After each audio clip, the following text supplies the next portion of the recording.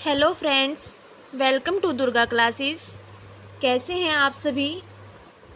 आज हम करेंगे ईवीएस की जो सीरीज़ हमने चला रखी है उसी के अगले 20 क्वेश्चंस जो प्रीवियस एग्ज़ाम में पूछे गए हैं और आने वाले सभी एग्ज़ाम के लिए बहुत ही इम्पोर्टेंट होने वाले हैं। सो प्लीज़ वीडियो को पूरी देखना, स्किप मत करना। अगर आपको वीडियो पसंद आए तो प्लीज़ वीडियो को लाइक करना, शेयर करना और चैनल को सब्सक्राइब ज़रूर करना।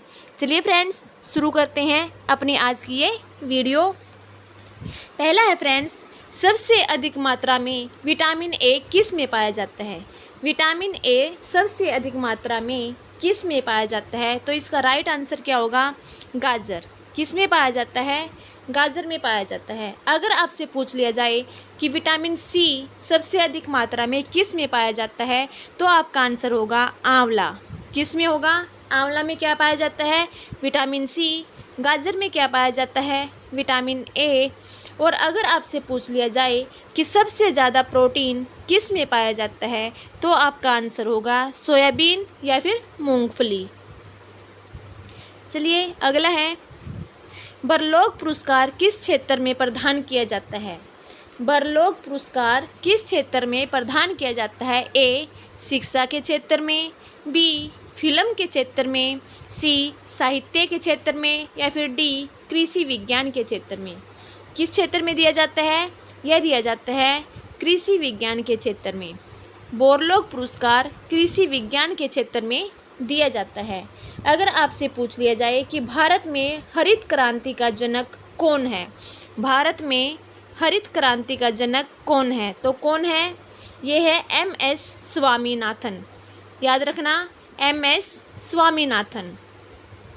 अगला है, प्रकृति का हलवाहा किसे कहा जाता है। प्रकृति का हलवाहा किसे कहा जाता है।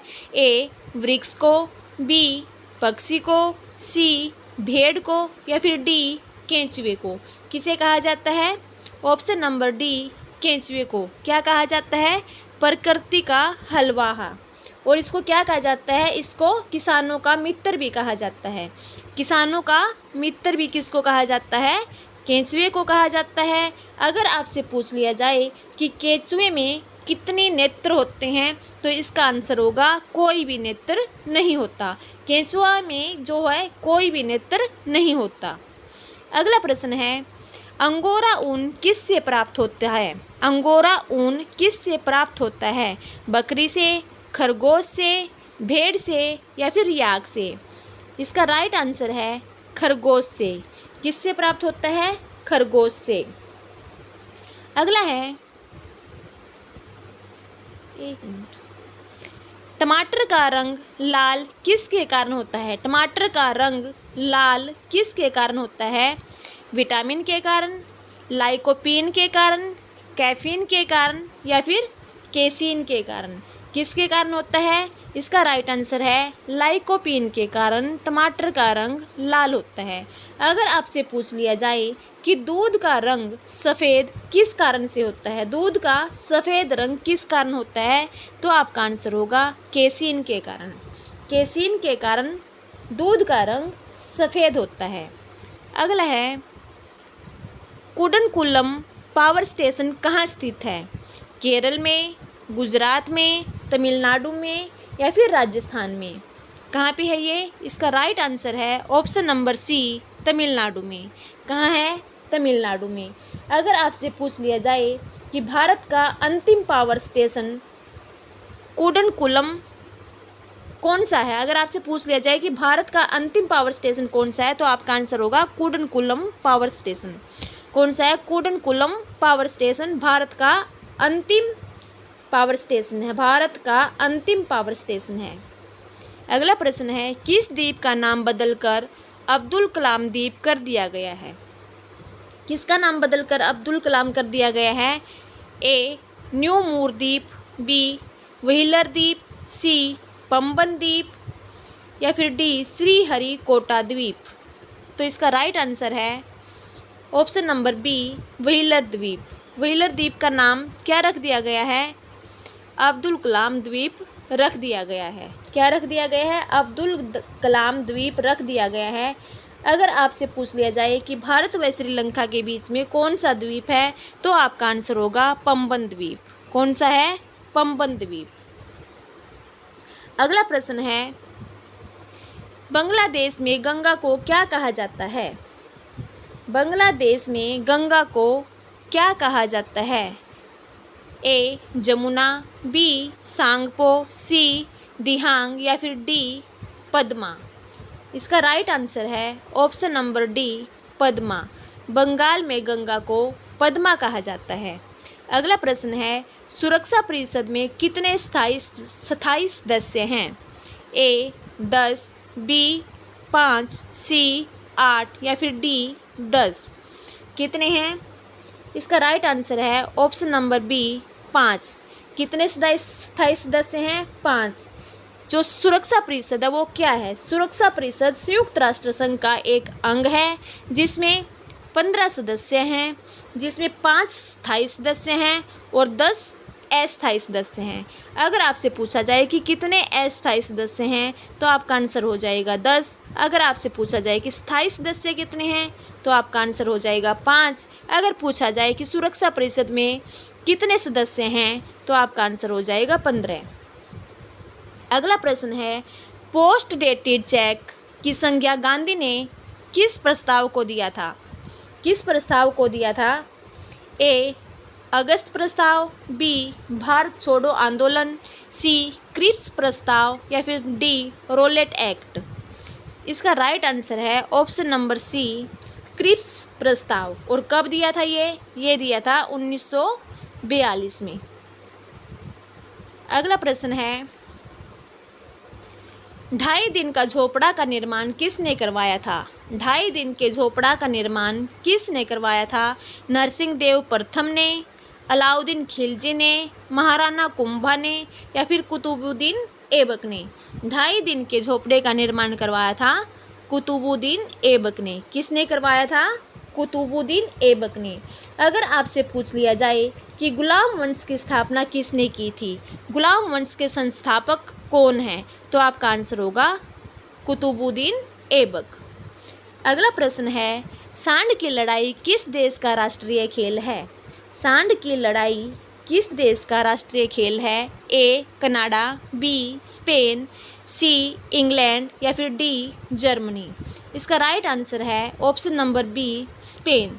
सांड की लड़ाई किसका खेल है? स्पेन का। अगर आपसे पूछ लिया जाए कि मानव युद्ध कहाँ का प्रसिद्ध खेल है, मानव युद्ध, तो आपका आंसर होगा स्पेन का। मानव युद्ध और सांड की लड़ाई दोनों कहाँ के राष्ट्रीय खेल है? स्पेन के।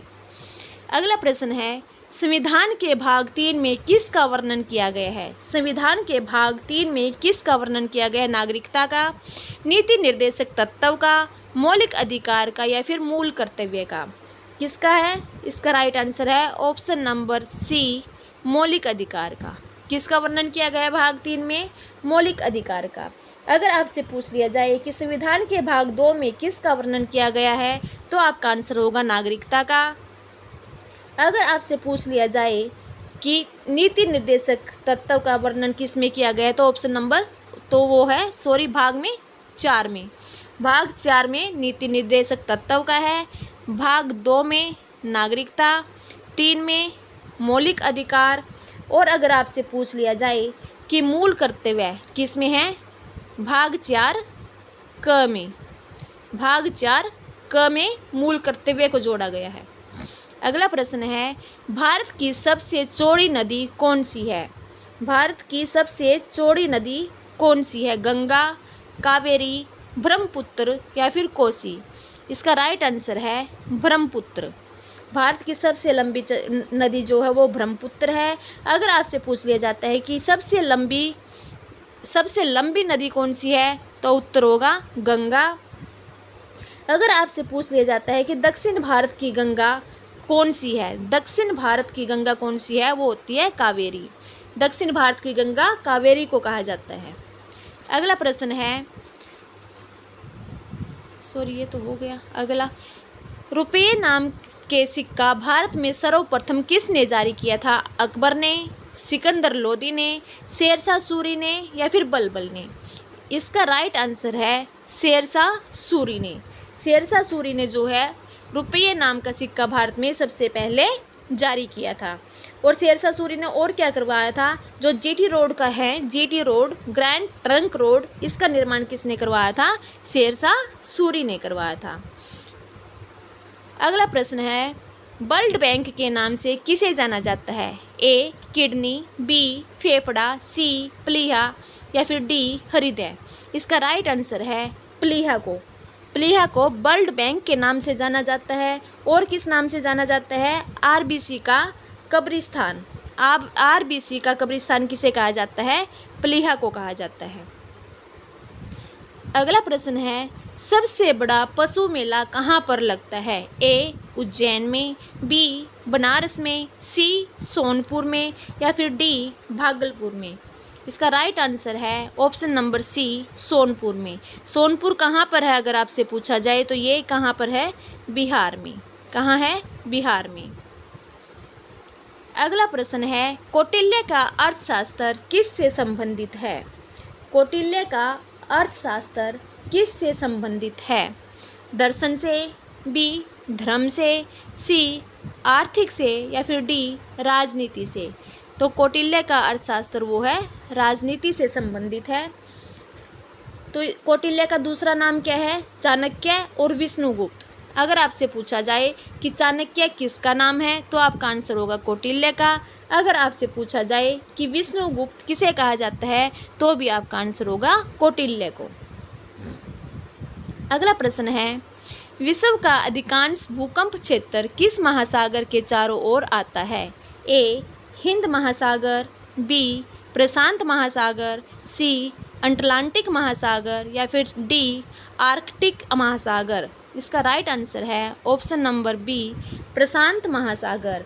इसके चारों तरफ रिंग ऑफ फायर मिलती हैं, इसलिए इसी को विश्व का अधिकांश भूकंप क्षेत्र कहा जाता है।